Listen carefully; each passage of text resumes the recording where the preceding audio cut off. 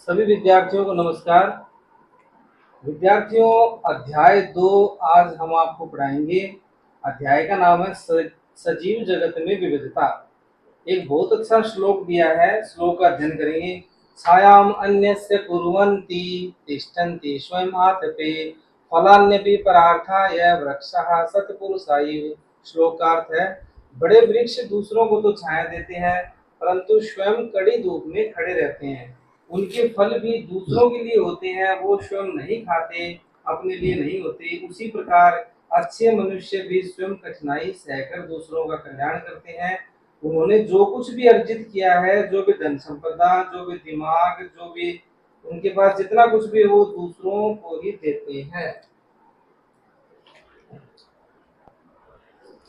पहला प्रश्न है, यहाँ दो प्रकार के बीज दिए गए हैं। आप इनके पौधों की जड़ों और पत्तियों के सिरा विन्यास में क्या अंतर पाते हैं? क में दिया हुआ है गेहूं और ख में दिया हुआ है राजमा। तो गेहूं की जो जड़ें होती है वो जकड़ा प्रकार की होती है। इनमें जो सिरा विन्यास पाया जाता है वो समांतर सिरा विन्यास पाया जाता है। जड़ें पाई जाती है इनकी जकड़ा प्रकार की, और जालिकावत सिरा विन्यास पाया जाता है पत्तियों में। गेहूं की पत्तियों में समानांतर सिरा विन्यास पाया जाता है। समांतर सिरा विन्यास।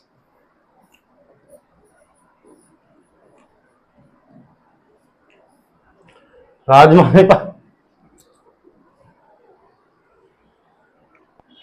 राजमा में मूसला मूल पाई जाती है। इसमें की पत्तियों में जो सिरा विन्यास पाया जाता है वो जालिकावत सिरा विन्यास पाया जाता है। जालिकावत सिरा विन्यास।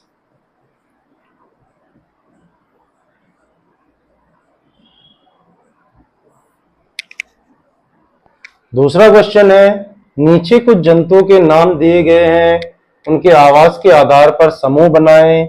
चिन्हांकित खंड क में जलीय जंतु और खंड ख में थलीय जंतुओं के नाम लिखिए। खंड ग में दोनों आवासों में रहने वाले जंतुओं के नाम लिखिए। यहाँ दिया हुआ है कौन कौन से जंतु है। पहला है घोड़ा, डॉल्फिन, मेंढक, भेड़, गिलहरी, मगरमच्छ, व्हेल, केंचुआ, कबूतर, कछुआ। अब देखो हमें यहां बताना है घोड़ा। घोड़ा होता है वो स्थल पे रहता है, इसलिए थलीय जानवर हो जाता है, थलीय जंतु हो जाता है। डॉल्फिन ये पाई जाती है समुद्र में या फिर पाई जाती है नदियों में, इसलिए ये जलीय जंतु है। जलीय जंतु कहाँ आएंगे? क में, डॉल्फिन। उसके बाद है मेंढक।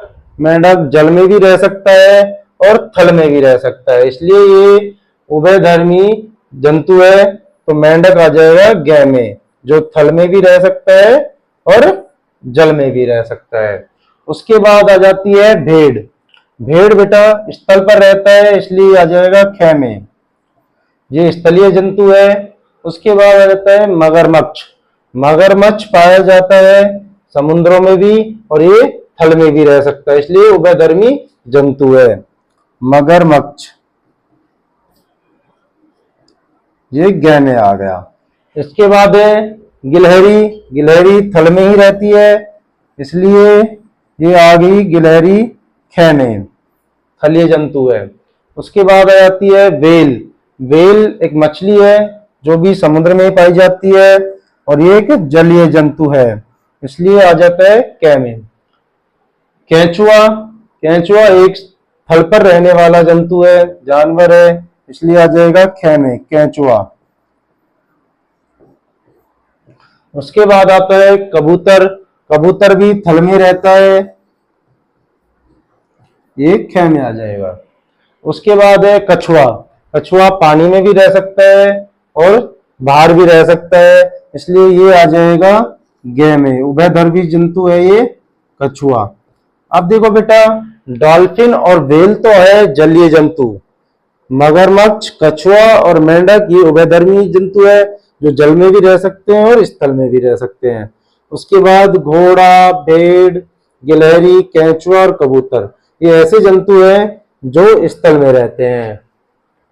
अगला क्वेश्चन है हमारा तीसरा, मनु की माँ एक शाक वाटिका, किचन गार्डन है, किचन गार्डन जो अपने घरों में ही लगा लेते हैं। एक दिन वह मिट्टी से मूली उखाड़ रही थी। उन्होंने मनु को बताया कि मूली एक प्रकार की जड़ है। एक मूली को सावधानी पूर्वक देखें और लिखें कि वह किस प्रकार की जड़ है। मूली के पौधों की पत्तियों में आपको किस प्रकार का सिरा विन्यास दिखाई देगा। अब हमें बताना है यहां से कि इसमें कौन सी जड़ है। ये तो बताया गया है इसमें कि मूली एक जड़ है, परंतु कौन सी जड़ है ये हमें यहां बताना है। मूली में बेटा मूसला जड़ होती है, मूसला जड़। मूसला जड़ में क्या होता है बेटा, ये एक ऐसी प्रकार की जड़ होती है जिसमें एक मुख्य जड़ होती है और उसी मुख्य जड़ के आसपास और छोटी छोटी जड़ें निकली हुई होती है। अब इसमें जो सिरा विन्यास पाया जाता है मूली की पत्तियों में, वो सिरा विन्यास पाया जाएगा जालिकावत सिरा विन्यास, जालिकावत सिरा विन्यास, सिरा विन्यास। अब हमारा चौथा क्वेश्चन दिया हुआ है इसमें, नीचे दिए गए चित्रों में पर्वतीय बकरी और मैदानों में पाई जाने वाली बकरी को देखे, उनके बीच समानताएं बतानी है और अंतर भी बताना है कि क्या क्या समानताएं पाई जाती है। साथ भी यह भी बताना है कि इन अंतरों के क्या कारण हो सकते हैं। अब देखो, क में हमें दिखाई हुई है पर्वतीय बकरी और ख में दिखाई हुई है मैदानीय बकरी। अब यहां इसमें एक तो हमें देखो क्या दिखाया हुआ है, सबसे पहले पर्वतीय मछली, ये पर्वतीय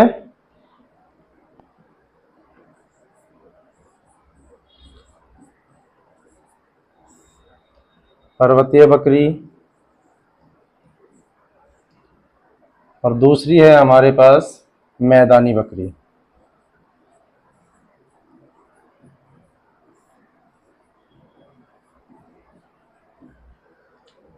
अब इसमें सबसे पहले हमें देखो कूबड़,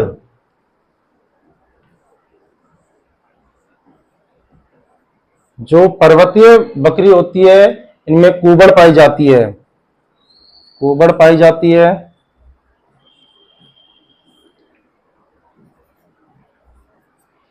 जबकि जो मैदानी बकरी होती है इनमें कूबड़ नहीं पाई जाती।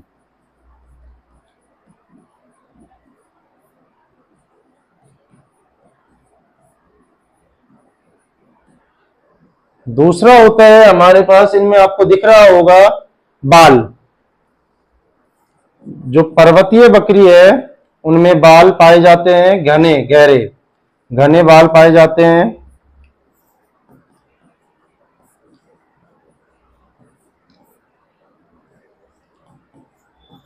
घने बाल पाए जाते हैं।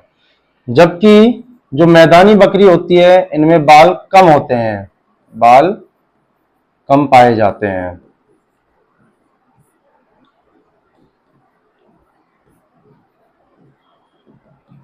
अगला पॉइंट आ जाता है, आपको दिख रहा होगा इनके जो पैर हैं, पैर,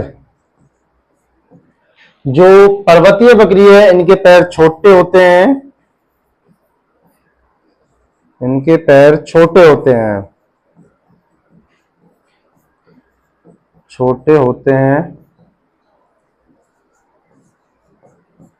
जबकि जो मैदानी बकरी है इनके पैर बड़े होते हैं। जो पर्वतीय बकरी है इनके पैर छोटे इसलिए होते हैं क्योंकि इनको पर्वतों पहाड़ों पे चढ़ना होता है और छोटे पैरों की जो इनकी बनावट है वो इनको आसानी से वहां पर्वतों और मैदानों में आराम से चढ़ने दे सकती है। पांचवा प्रश्न है, पाठ में चर्चा की गई विशेषताओं के अतिरिक्त किसी अन्य विशेषता के आधार पर निम्नलिखित जंतुओं के दो समूह बनाएं। गाय, तिलचट्टा, कॉकरोच, कबूतर, चमगादड़, व्हेल, कछुआ, मछली और टिड्डा। अब हमें इनके जन्म के आधार पर कि कोई अंडे देता है या डायरेक्ट बच्चे पैदा करता है, तो उसके आधार पर हम इनका विशेषता के आधार पर इनको दो समूह में डिवाइड कर देते हैं। अब हम इनको दो भागों में बांट देते हैं। पहला होता है जरायुज, जरायुज और एक होता है अंडज।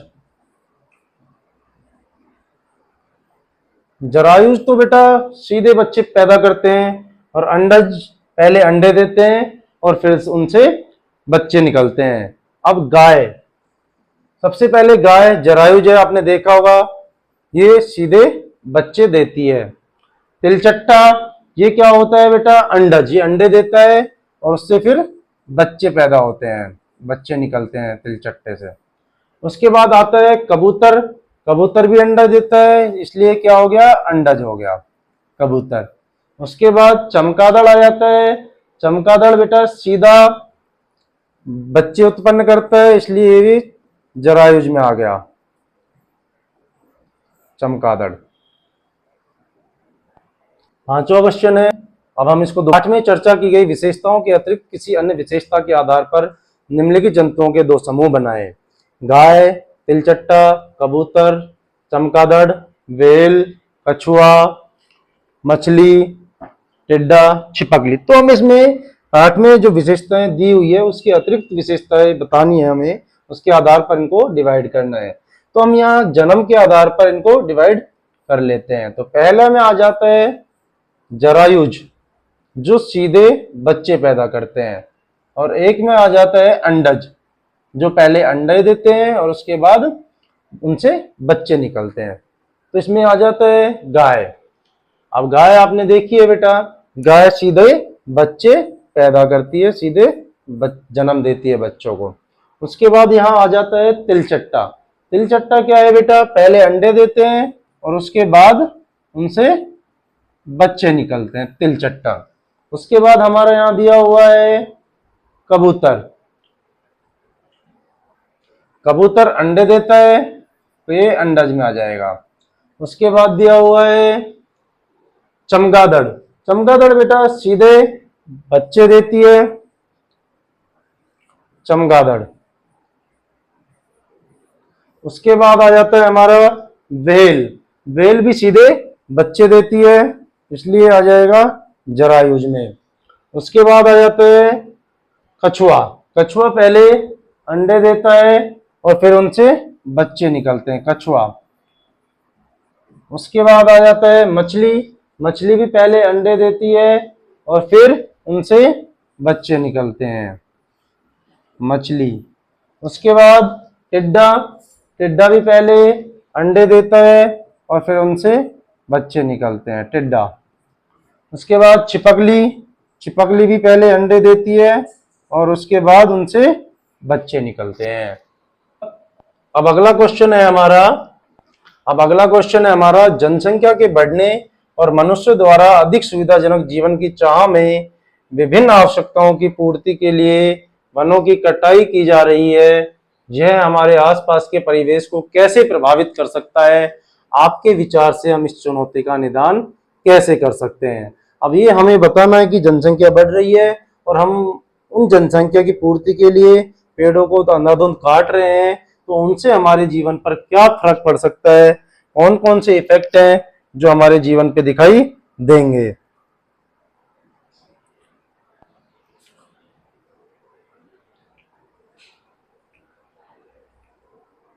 अब यहाँ पे आ जाता है हमारा पहला पॉइंट है जलवायु परिवर्तन। अगर हम पेड़ पौधे काटेंगे तो जलवायु परिवर्तन होगा। अभी आपने देखा होगा कहीं तो कितनी गर्मी हो रही है और कहीं कितनी बारिश हो रही है। तो ये हमारा जो जलवायु परिवर्तन है, अब आपने देखा होगा जहां रेगिस्तान है वहां बहुत सारी बारिश हो रही है, और जहां खेत हैं जहां बारिश की आवश्यकता होती है वहां बारिश अभी हो नहीं पा रही। तो ये सब इसीलिए हो रहा है क्योंकि पर्यावरण में से पेड़ पौधे वनों को काटा जा रहा है और वहां जलवायु परिवर्तन हो रहा है, उसके कारण टेम्परेचर बढ़ रहा है। उसके बाद हमारा दूसरा पॉइंट आ जाता है यहाँ पे जानवरों को रहने, जानवरों को रहने और खाने की असुविधा हो जाती है। खाने में असुविधा।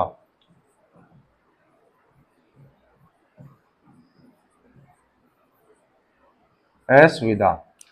अभी आपने देखा होगा कि हैदराबाद में 400 एकड़ जंगलों को काट दिया गया रातों रात, और वहां बहुत सारे जीव जंतु बेचारे मर गए, उनका रहने का स्थान छूट गया, खाने का स्थान छूट गया। इसलिए अगर हम वनों को काटेंगे, पेड़ पौधों को काटेंगे, तो जानवरों के रहने और खाने में असुविधा हो सकती है। इसलिए हमें पेड़ों को नहीं काटना चाहिए। तीसरा है वायु प्रदूषण।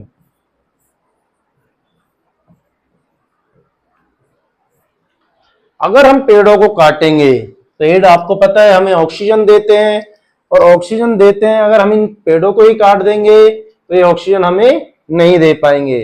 पेड़ हमें ऑक्सीजन देते हैं और उसके बदले में कार्बन डाइऑक्साइड ग्रहण करते हैं। तो इसलिए हमें पेड़ों को नहीं काटना चाहिए। अगर ये हमें ऑक्सीजन नहीं देंगे तो CO2 की मात्रा बढ़ जाएगी और वायु प्रदूषण हो जाएगा। इसके बाद हमारा एक अगला पॉइंट आता है वर्षा कम होना। आपने देखा होगा कि अगर पेड़ नहीं है वहां पर बारिश कम होती है, और जहां पेड़ पौधे ज्यादा है वहां बारिश ज्यादा होती है। इसलिए हमें पेड़ पौधों को, वनों को नहीं काटना चाहिए, जिससे हमारा पर्यावरण सही रहे, जलवायु संतुलित होती रहे। क्वेश्चन नंबर 7 है, फ्लो चार्ट का विश्लेषण करें। इसमें क और ख के कौन कौन से उदाहरण हो सकते हैं। ये दोनों उदाहरण हमें बताने हैं कि क में कौन सा हो सकता है उदाहरण, और ख में उदाहरण कौन सा हो सकता है। पौधा दिया हुआ है, इसमें पत्तियां है, हाँ। क्या इसमें जालिकावत रूपी शिराविन्यास है? एक में ऑप्शन दिया हुआ है, हाँ, क इसमें जालिकावत शिराविन्यास है। दूसरे में दिया हुआ है, इसमें जालिका रूपी शिराविन्यास नहीं है, तो ये कौन सा पौधा हो सकता है? अगर देखो, अगर जालिका रूपी शिराविन्यास है तो वो हो सकता है गुलाब। गुलाब के पौधे में जालिकावत शिराविन्यास पाया जाता है। अगर नहीं है जालिकावत शिराविन्यास तो इसका मतलब है उसमें समांतर शिराविन्यास पाया जाएगा। समांतर शिराविन्यास किसमें पाया जाता है? गेहूं में पाया जाता है। समांतर शिराविन्यास गेहूं में। घास भी हो सकता है। इन सब में क्या पाया जाता है? समांतर शिराविन्यास। और गुलाब में क्या पाया जाता है? जालिका रूपी शिराविन्यास। प्रश्न संख्या 8 है, राज अपने मित्र संजय से तर्क करता है गुड़हल का पौधा एक झाड़ी है। वो कहता है कि गुड़हल का पौधा एक झाड़ी है।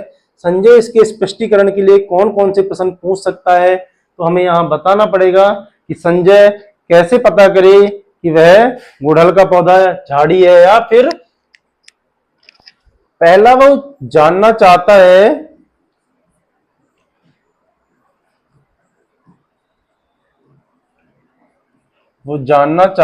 कि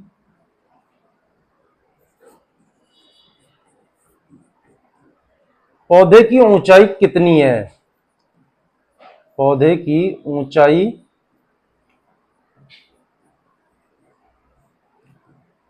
कितनी है।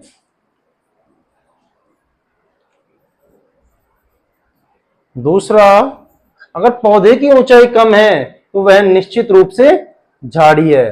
वह तने के कठोर या मुलायम होने के बारे में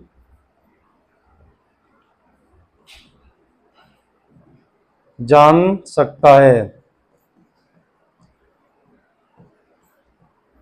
वो ये भी जान सकता है कि तना कठोर है या मुलायम है। अगर वो ज्यादा कठोर है तो पेड़ होगा, और अगर ज्यादा कठोर नहीं है, हल्का मुलायम है, तो वो झाड़ी हो सकती है। तीसरा, वो पॉइंट पूछ सकता है कि उसकी जो शाखाएं हैं वो पेड़ के तने और जमीन की कितनी ऊंचाई पर है, कितनी ऊंचाई पर। अगर शाखाएं हैं, अगर जमीन से थोड़ी ऊंचाई पर है तो वो झाड़ी होगी, अगर कम ऊंचाई पर है, ज्यादा ऊंचाई पर है तो फिर वो पेड़ होगा। अब आप यहां से हम पता कर सकते हैं कि जो गुड़हल का पौधा है वो कैसा हो सकता है। तो पहले वो बताएगा कि उसकी ऊंचाई कितनी है, तो वो कहेगा ऊंचाई उसकी कम है, 2 फीट हो सकती है, 3 फीट हो सकती है। उसके बाद पूछेगा उसकी तना कैसा था, कठोर था, मुलायम था, पतला था, मोटा था, कैसा। तो वो बताएगा उसका तना थोड़ा कठोर था, हल्का कठोर था, ज्यादा कठोर नहीं था। इससे भी हमें ये पता चलता है कि वो झाड़ी है। अब हम तीसरा क्वेश्चन वो पूछेगा कि शाखाएं, शाखाएं जो पेड़ के तने और जमीन की कितनी ऊंचाई पर है। अगर वो जमीन से शाखाएं कम ऊंचाई पर है तो वो झाड़ी होगी। वो बताएगा कि ये शाखाएं जमीन से कम ऊंचाई पर है तो इसलिए झाड़ी होगी। अगला क्वेश्चन है हमारा नवा। तालिका में कुछ आंकड़े दिए गए हैं, आंकड़ों के समूह के आधार पर इन पौधों के उदाहरणों का पता लगाना है। द्विबीजपत्री पौधा और उसकी जड़ों का प्रकार दिया हुआ है मूसला जड़। ख में दिया हुआ है एक बीजपत्री पौधा और उसके जड़ का प्रकार दिया हुआ है झकड़ा जड़। द्विबीजपत्री पौधे में बीज के 2 भाग होते हैं और एक बीजपत्री में सिर्फ एक भाग होता है। अब यहां देखो द्विबीजपत्री में कौन कौन से उदाहरण हो सकते हैं। पहला होता है सरसों,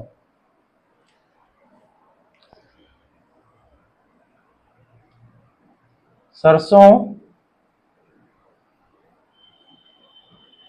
उसके बाद हो सकता है हमारा गाजर, एक बीजपत्री में गेहूं, प्याज। अब देखो इसमें होता क्या है, मूसला जड़े। मूसला जड़ में एक मूल जड़ होती है, मुख्य जड़ होती है, और उसी मुख्य जड़ के चारों ओर छोटी छोटी कई प्रकार की जड़ें निकली हुई होती है। और झगड़ा जड़ों में क्या होता है, कोई मुख्य जड़ नहीं होती और सारी जड़ें एक साथ गुच्छों के रूप में पाई जाती है। तो आपने कई बार सरसों का पेड़ उखाड़ के देखा होगा, पौधा उखाड़ के देखा होगा, तो उसमें पाई जाता है एक मुख्य जड़ होती है और उसके अतिरिक्त चारों ओर उसकी और जड़ें लगी हुई होती है। गाजर में भी आपने ऐसे ही देखा होगा, मूली में भी ऐसा ही होता है और चकुंदर में भी ऐसा ही होता है। जबकि आपने गेहूं के पौधे को उखाड़ कर देखा होगा या प्याज को उखाड़ कर देखा होगा तो उसमें एक साथ बहुत सारी जड़ें होती है, ना कि कोई मुख्य जड़ होती है, बल्कि सारी जो जड़ें होती है वो गुच्छों के रूप में होती है। और वो कौन सी जड़ें होती है, झकड़ा जड़ें होती हैं। अब क्वेश्चन नंबर हमारा 10 है, लास्ट क्वेश्चन है ये। नीचे दिए गए चित्र में बतख के नामांकित भाग को देखें। बतख के पंजों में अन्य पक्षियों की तुलना में आपको क्या भिन्नता दिखाई देती है, हमें बताना है। बतख अपने इस भाग का उपयोग करके कौन कौन सी गतिविधि करने में सक्षम है। तो यहाँ पंजों के बारे में पूछा गया है, पैरों के बारे में पूछा गया है। आपको यहाँ दिख रहे होंगे बतख के पैर जालीदार हैं, जबकि कबूतर के पैर मजबूत और लचीले होते हैं। पहला है इसमें बतख के पैर, पहला बतख के पैर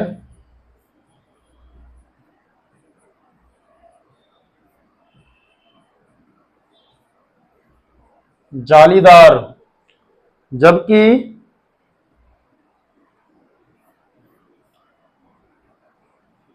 जालीदार होते हैं,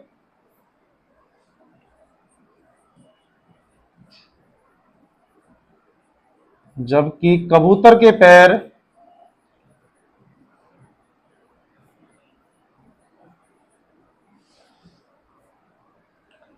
मजबूत व लचीले होते हैं।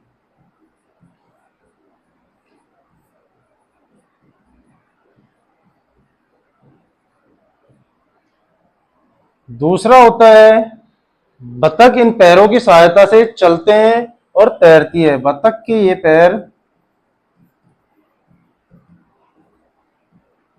चलने व तैरने में सहायक होते हैं, तैरने में सहायता करते हैं,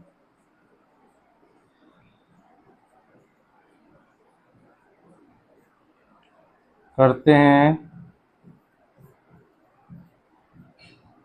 जबकि कबूतर के पैर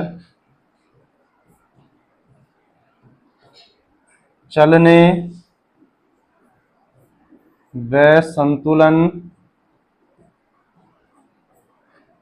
बनाने में सहायता करते हैं।